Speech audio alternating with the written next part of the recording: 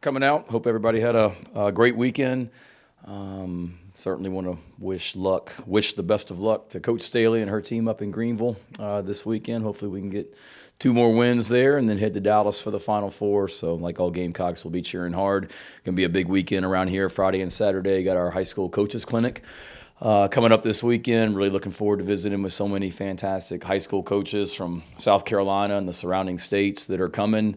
We've sold out our ladies clinic here that's coming up in a couple of weeks, and our numbers are for our coaches clinic are beyond what they were last year as well. So continuing to try and be better and better in everything that we're doing. Should be a great clinic. Looking forward to having longtime NFL special teams coach Joe DeCamillis here for that, along with Arthur Smith, the head coach of the Atlanta Falcons, will be here on Friday as a featured speaker. And then pretty cool, we've got a Legends Roundtable on Saturday morning with Sylvester Croom, who gave me my first full-time job in the SEC back at Mississippi State, David Cutcliffe, obviously legendary coach at Ole Miss and Duke.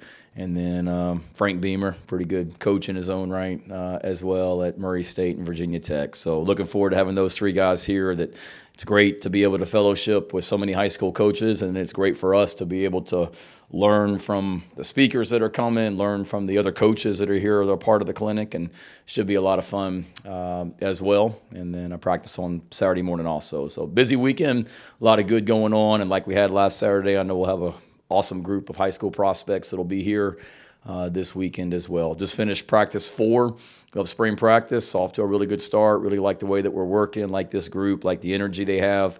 We had a bunch of prospects and their families that were out here last Saturday for practice, and that's the one thing that all of them commented on was just the energy at practice, the energy at practice, the energy at practice, and that's a testament to our players and the way that they're working.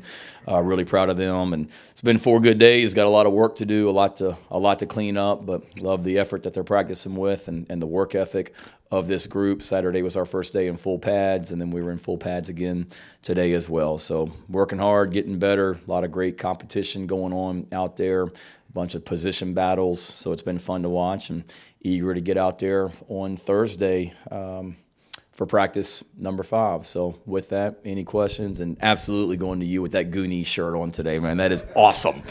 Awesome. So fire away. Appreciate it. Shane, with the carry-on at running back, is this a case of like, hey, got to have you here to see what you can do and get through the spring? I mean, is it likely that he could carry this on and play a lot of running back in the fall? Yeah, I think, David, it's all the above. It's when I first met with DeCarrion about this, it was look around DeCarrion. Our depth at running back right now is we're not very deep in that running back room, and it's an opportunity for you to go in there and get some reps as well. It was also too, we're a better football team when you're on the field, and there's a lot of things that you can do as a football player. You can catch, you can throw, you can run as well.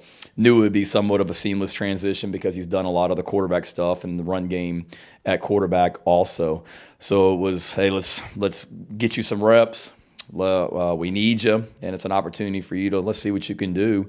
And the more you can do, the better. I use the example with him of Taysom Hill with the New Orleans Saints, a guy that played some quarterback in college, I guess, does a little bit of everything for the Saints as well. So DK is a leader on this team. DK is just a really, really good football player. But having said that, I think his transition's been, I don't want to speak for everybody else, but for me, even better than I anticipated it. I mean, he's very, very natural at it. He's got instincts. He's got vision.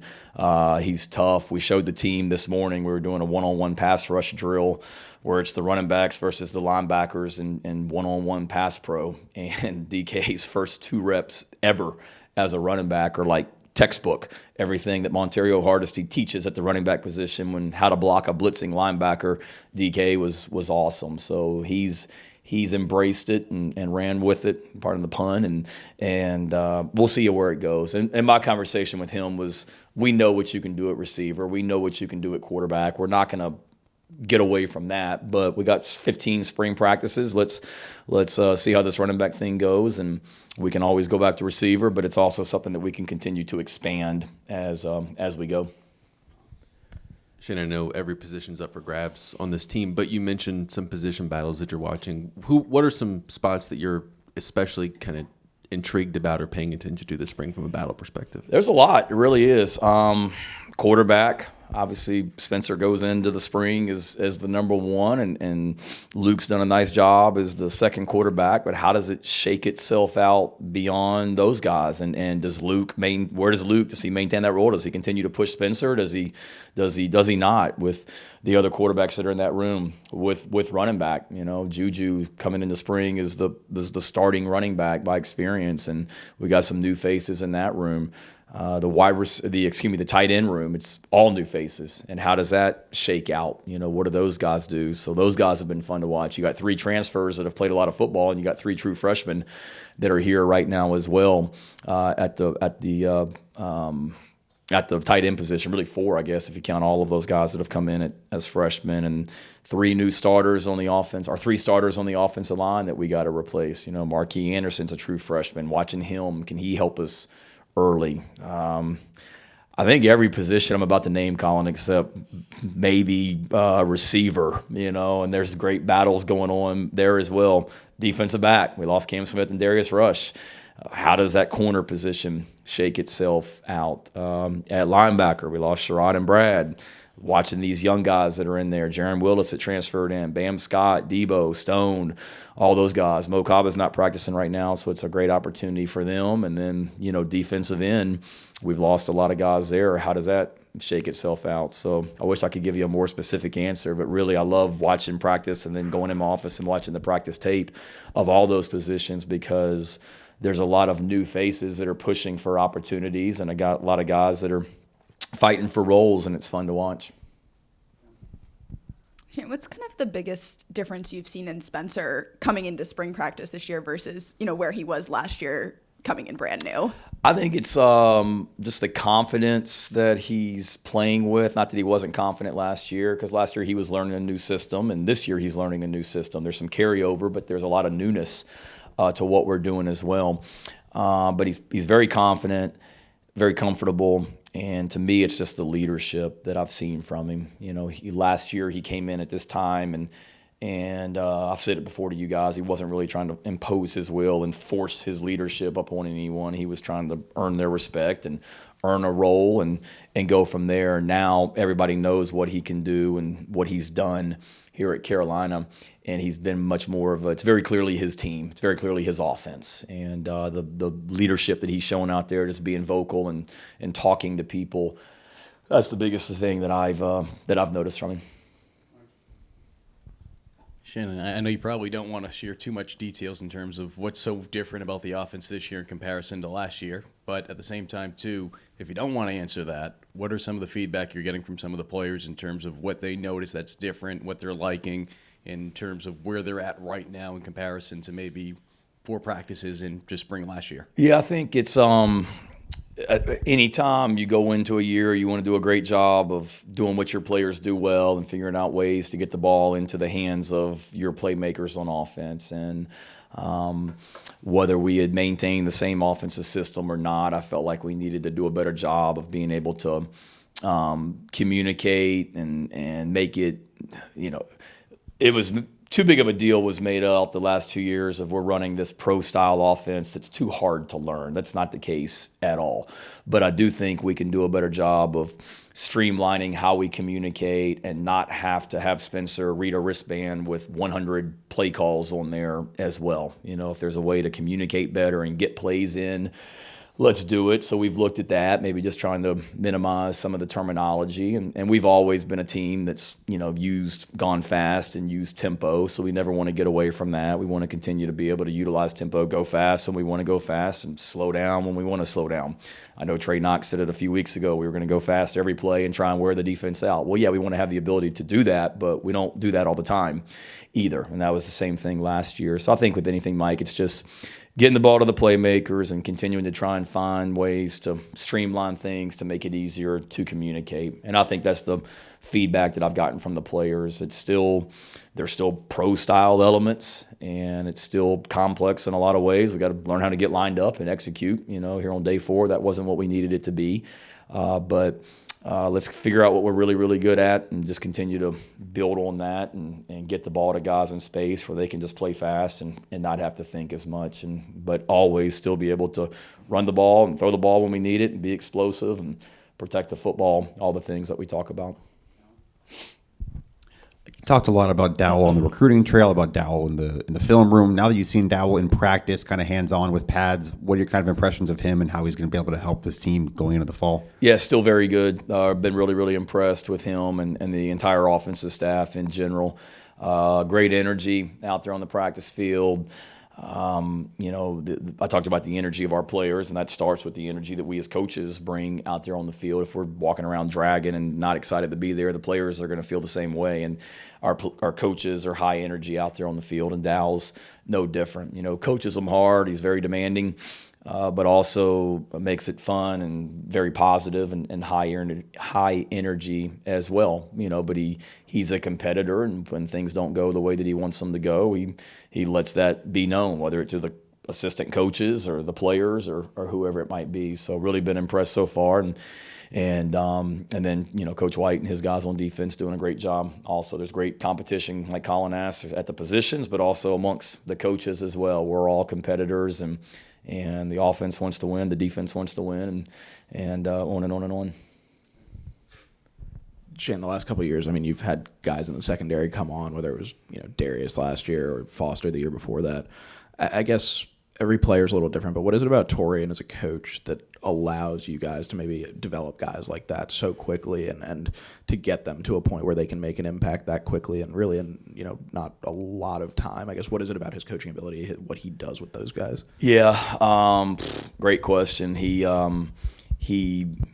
really, really works at it, and everybody works hard. Don't get me wrong, but this is the DB meeting room. So usually when I walk in here, it's like, what's the Russell Crowe movie with the Beautiful Mind? It's like Beautiful Mind when I come in here sometimes with just everything written all over the board. Just the way that he coaches and teaches, like he really, really works at it, and therefore his players really, really work at it. When I talk about you guys have heard me say it before.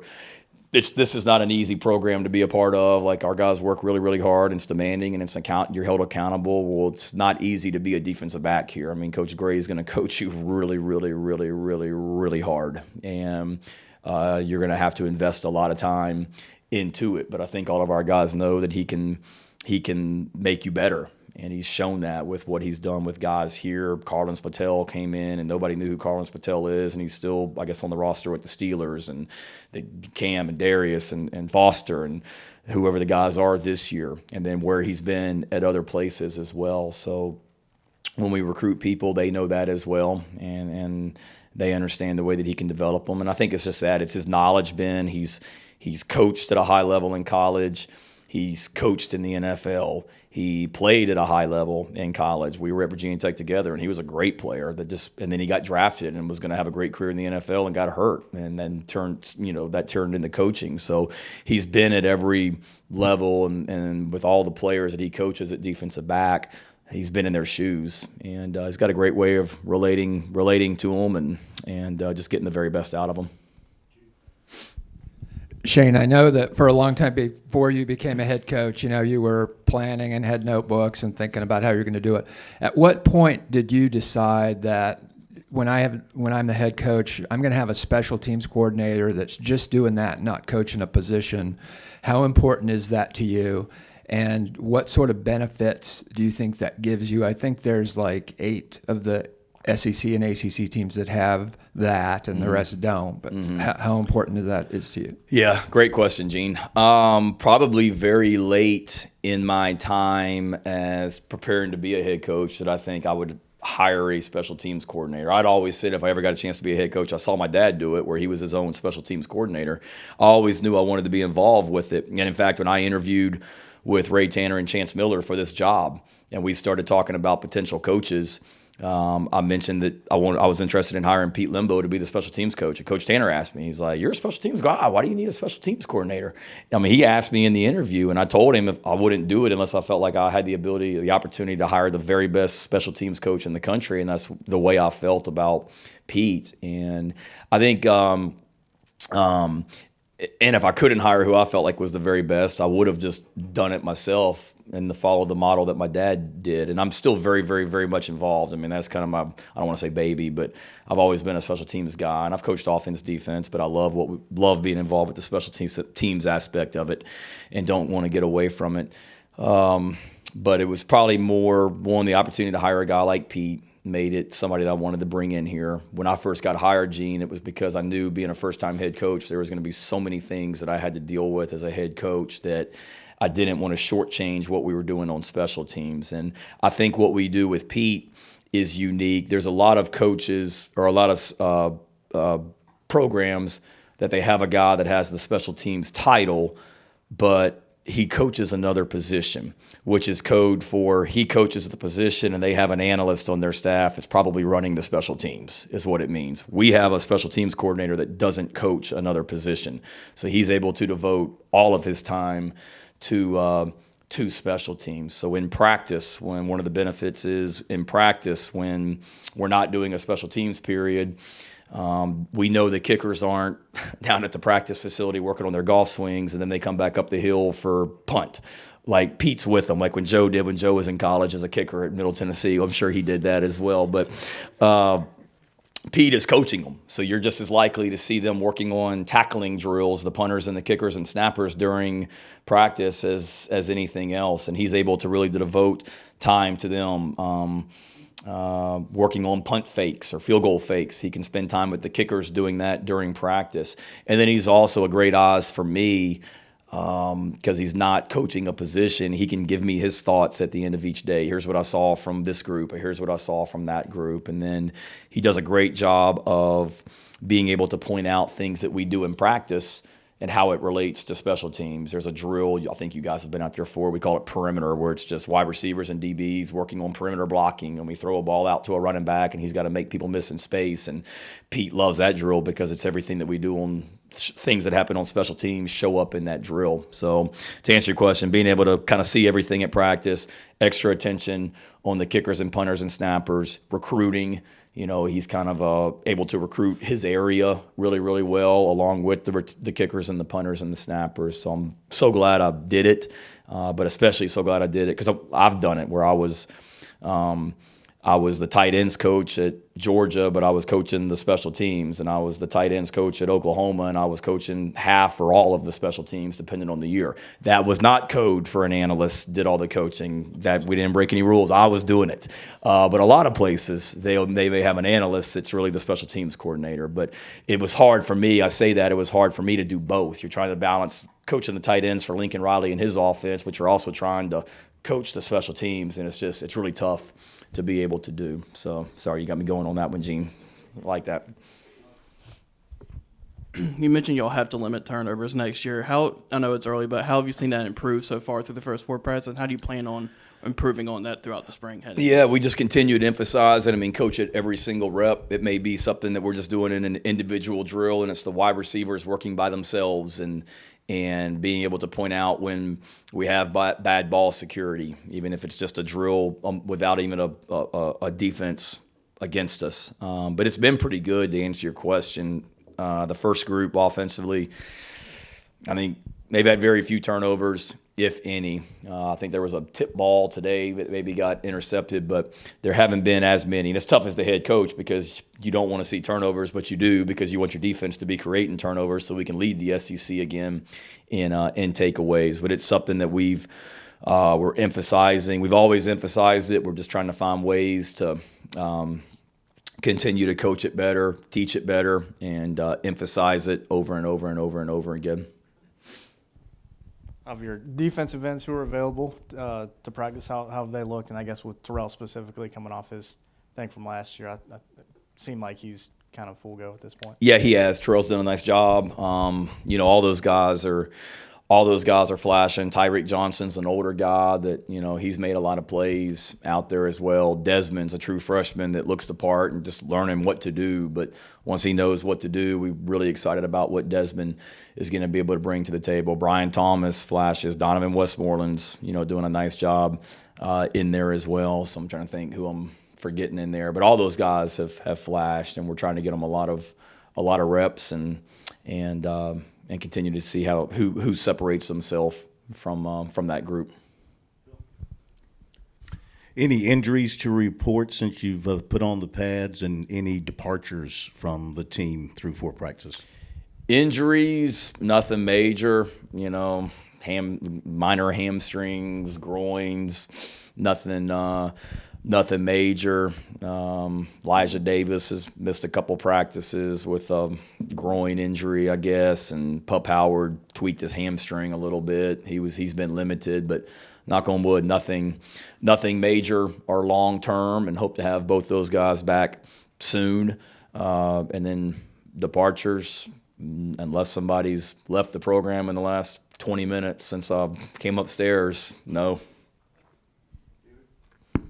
Shane, what priority is it, after turnovers about the run defense? It's been, and there have been injuries and that kind of thing, but in trying to repair it, has maybe a change in scheme ever come up, or is Clayton saying we're doing 4-2-5 and that's it? Yeah, no, I think we always look at how to be better, and you look at your personnel for sure. And we've always been multiple on defense, and there were times last year where we played with 5 defensive linemen in normal situations. There were times last year where we were more of a 3-down defense, 3-4, 3-3, whatever you want to call it. So we've always had the ability to be multiple. And that is getting our best players on the field. So going back to your question, let's figure out who our best 11 are, figure out how to get them on the field, and then everything is on the table for sure. And a lot of that too is run defense is critical. We're not going to get to where we want to go as a program if we don't stop the run. I think I told you guys before, but we showed the team. I think Clemson won the ACC, Georgia won the SEC. Utah won the Pac-12, and Michigan, I believe, won the Big Ten, and all 4 of those teams were in the top 18 in the nation last year in run defense. So there's 4 of your 5 Power 5 conference champions, and they're all best in the country at stopping the run. So we got to stop the run better than what we did, and that's all 11 too. That's not just D-line and linebackers. That's our defensive backs. We involve our defensive backs in the run defense and run fits, and they got to be in the right place, and they got to make tackles, and a lot of that is plays on the perimeter and things like that as well. So it's a huge emphasis. We're continuing to emphasize it and coach it better. But yeah, everything's on the table to do what we got to do to stop the run. Shane, I guess maybe outside of Kevin Harris, I guess you guys haven't had a skill position guy at least coming back as a returner with sort of as much excitement, like a guy like Juice who performed the way he did the year before coming back. What to you, I guess, about Juice has improved over the offseason? What do you guys need to see in him to take the next step? I guess, what is it about him that at least made him so special last year and maybe can do so again this year? I think it's his just hunger and competitive spirit, Ben, to be the very best player that he can be. He's just got a strong work ethic and a desire to be great. He really does. He's got an edge about himself, and that allowed him to, for a lot of reasons, but that was one of the main reasons that allowed him to have the year that he had last season. And for us, it's just continue to build on that and look at, what can he be better at, whether it be perimeter blocking, whether it can be run after the catch, ball security, as well. I saw a thing on social media the other night with a picture about how he's leading one of the leaders in the SEC of yards after contact or something like that. Well, that was great, but his ball security on the play was god-awful because, it was like this, So obviously we got to coach that better as well. But every little thing, he'll be the first to tell you he can improve on all of it. But because of his mentality and his work ethic and his desire to be great, that will continue to push him to where he needs to be and to be a great teammate. Not that he wasn't last year, but he's a guy that we should be in a leadership role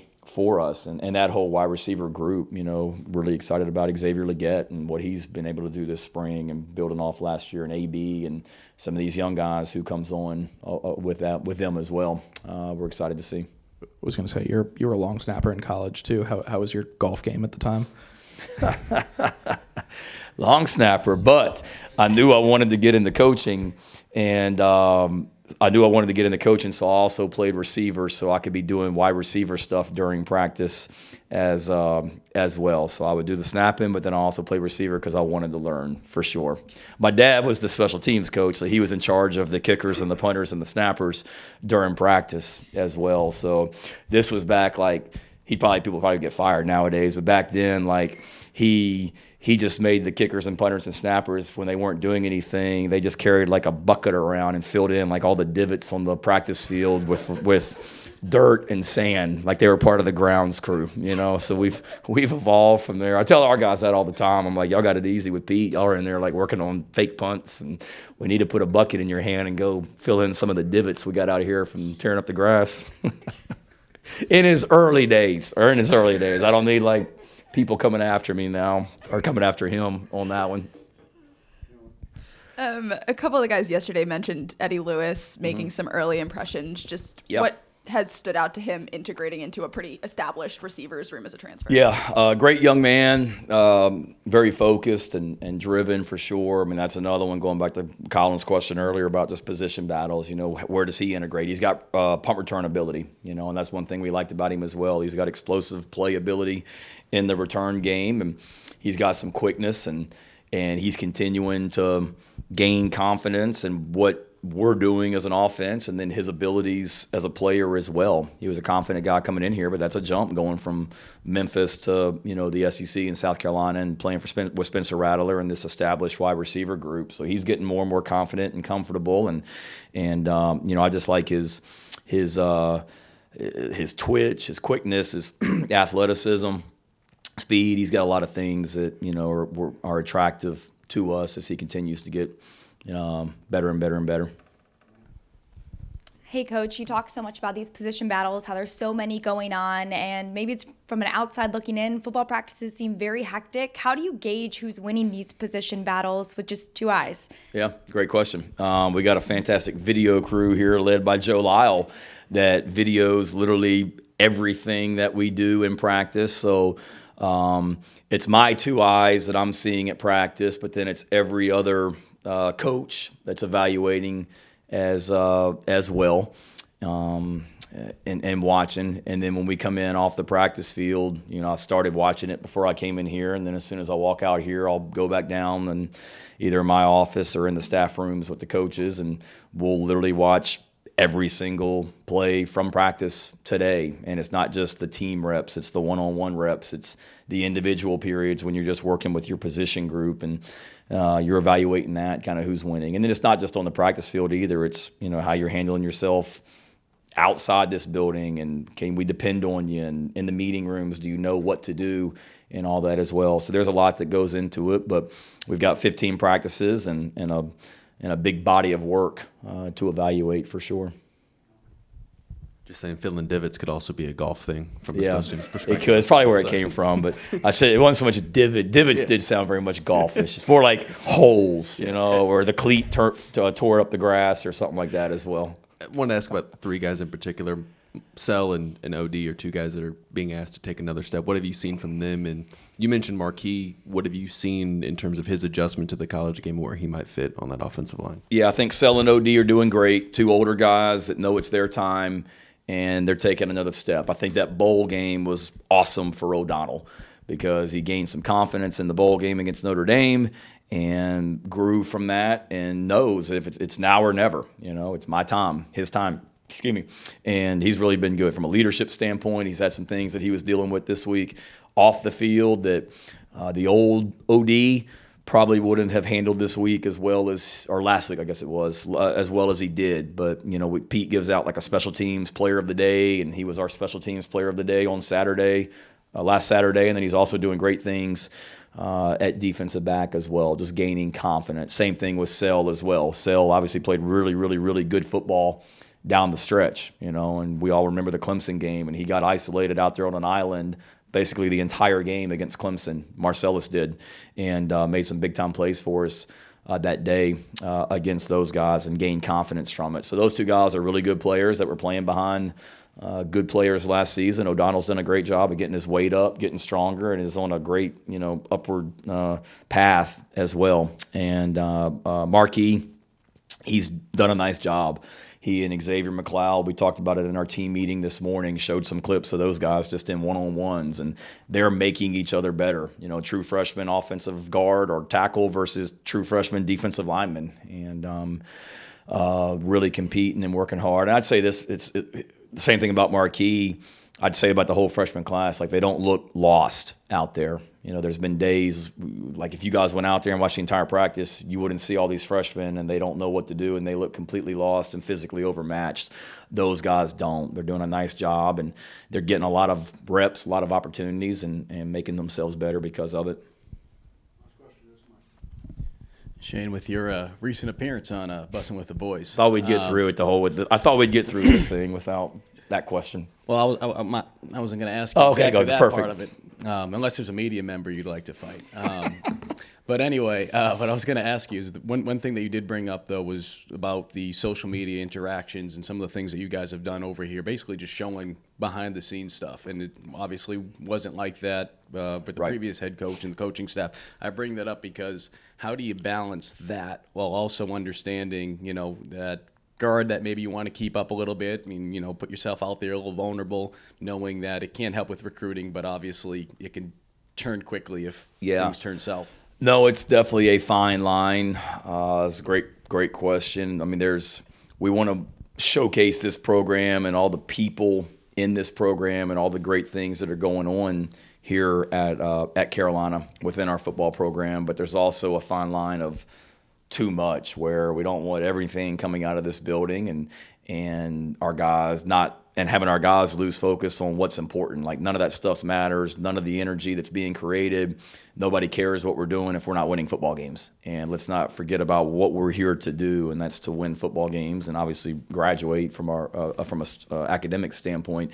And there have been a lot of things, Mike, that I've said no to, that either people that wanted to come in and showcase something or something that we were going to do in-house to bring attention to this program that I said no, I think we're getting too far away from what's important, and that's having a great spring practice or great summer camp or great training camp or whatever it may be and getting better as a football team. So I think a lot of that is knowing the personality of your team and what they need and what they can handle and things like that as well. So certainly we're proud of everything that we're doing and we want to showcase that, but we don't want to do anything that's going to be a detriment to us being the best football team that we can be year in, year out too. Good. Thank you guys. Appreciate it.